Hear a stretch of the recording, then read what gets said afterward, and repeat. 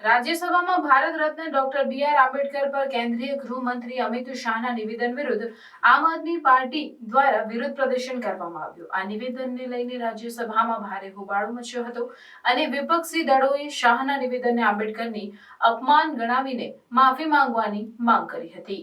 મંગળવારે રાજ્યસભામાં સંવિધાન પર ચર્ચા દરમિયાન અમિત શાહે કહ્યું કે હવે એક ફેશન બની ગયો છે. આંબેડકર આંબેડકર આંબેડકર. જો ભગવાનનું નામ એટલું લીધું હોત તો 7 જન્મ સુધી સ્વર્ગ મળી જાય. આ નિવેદનને લઈને વિપક્ષી દળોએ શાહ પર આંબેડકરનું અપમાન કરવાનો આરોપ લગાવ્યો. આમ આદમી પાર્ટીના નેતાઓએ રાજ્યસભા બહાર પ્રદર્શન કર્યું અને શાહના નિવેદન વિરુદ્ધ નારા લગાવ્યા. આપના નેતા અરવિંદ કેજરીવાલે કહ્યું કે આંબેડકરનું સંવિધાન ન હોત તો ગરીબ, દલિત અને પછાત સમાજના લોકોનું આ ધરતી પર કોઈ સ્થાન ન હોત. ભાજપે આરોપોને રાજકીય પ્રેરિત ગણાવ્યા અને શાહનો બચાવ કર્યો. કેન્દ્રીય મંત્રી કિરણ રિજિજુએ કહ્યું કે શાહના નિવેદનોને ખોટી રીતે રજૂ કરવામાં આવ્યું છે. કોંગ્રેસે આંબેડકરનું સન્માન કરવામાં હંમેશા વિલંબ કર્યો છે. પ્રધાનમંત્રી નરેન્દ્ર મોદીએ પણ આ વિવાદ પર પ્રતિક્રિયા આપતા કોંગ્રેસ પર આંબેડકરની વારસતને નષ્ટ કરવાનો આરોપ લગાવ્યો. તેમણે કહ્યું કે કોંગ્રેસે આંબેડકરને ભારત રત્ન આપવામાં વિલંબ કર્યો અને તેમના શાસનકાળમાં SC/ST સમુદાયો પર સૌથી વધુ હિંસા થઈ. આ વિવાદને લઈને રાજકીય માહોલ ગરમાયો છે અને વિપક્ષી દળો શાહની માફી માંગવાની માંગ પર અડગ છે.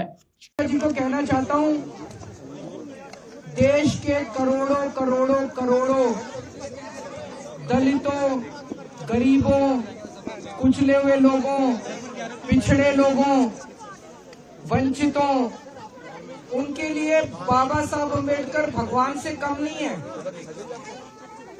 मरने के बाद तो पता नहीं स्वर्ग मिलता है कि नहीं मिलता, लेकिन आज इस पृथ्वी के ऊपर ऐसे करोड़ों करोड़ों वंचित आज जिंदा हैं क्योंकि बाबा साहब अम्बेडकर ने उस संविधान में उन्हें जीने का और रहने का अधिकार दिया.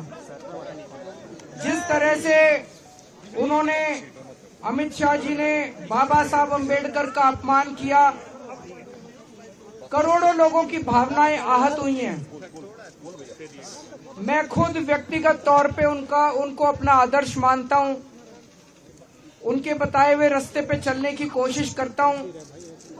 जब भी कभी जीवन में मुझे कठिनाई महसूस होती है, उनकी जीवनी उठा के पढ़ लेता हूं. उनका संघर्ष हमें प्रेरणा देता है. केवल मेरे लिए नहीं, आम आदमी पार्टी भी बाबा साहब अम्बेडकर के जीवन और बताए हुए रास्ते पे चलने की कोशिश करती है. और मेरे जैसे करोड़ों लोग हैं जिनके आदर्श हैं बाबा साहब अम्बेडकर. उन सभी करोड़ों लोगों की भावनाओं को आहत किया है अमित शाह जी ने. लेकिन आज जिस तरह से प्रधानमंत्री जी अमित शाह जी के समर्थन में उतर आए, उससे ऐसा लगता है कि जो कल अमित शाह जी ने कहा था वो भारतीय जनता पार्टी की एक सोची हुई रणनीति थी जिसके तहत संसद में बाबा साहब अम्बेडकर का अपमान किया गया.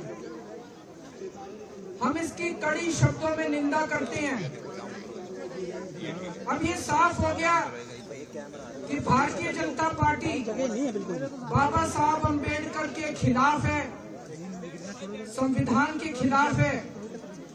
और अब बीजेपी के जितने समर्थक हैं उनको तय करना पड़ेगा, उनको चुनना पड़ेगा. या तो वो बीजेपी के साथ हैं या बाबा साहब अम्बेडकर के साथ हैं. आप दोनों के साथ नहीं हो सकते. भारतीय जनता पार्टी के शीर्ष नेतृत्व ने यह साफ कर दिया है कि वो बाबा साहब अम्बेडकर के खिलाफ है.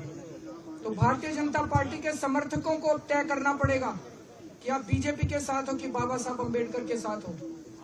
हम मांग करते हैं कि अमित शाह जी के खिलाफ सख्त से सख्त कार्रवाई की जाए ताकि जितने लोगों में रोष है वो रोष खत्म तो नहीं हो सकता, लेकिन वो गुस्सा कम हो सकता है अगर उनके खिलाफ सख्त कार्रवाई की जाएगी. तो हम देश के कोने कोने में इस संदेश को लेके जाएंगे, इस बात को लेके जाएंगे कि किस तरह से भारतीय जनता पार्टी और किस तरह से उनका शीर्ष नेतृत्व बाबा साहब का अपमान कर रहा है.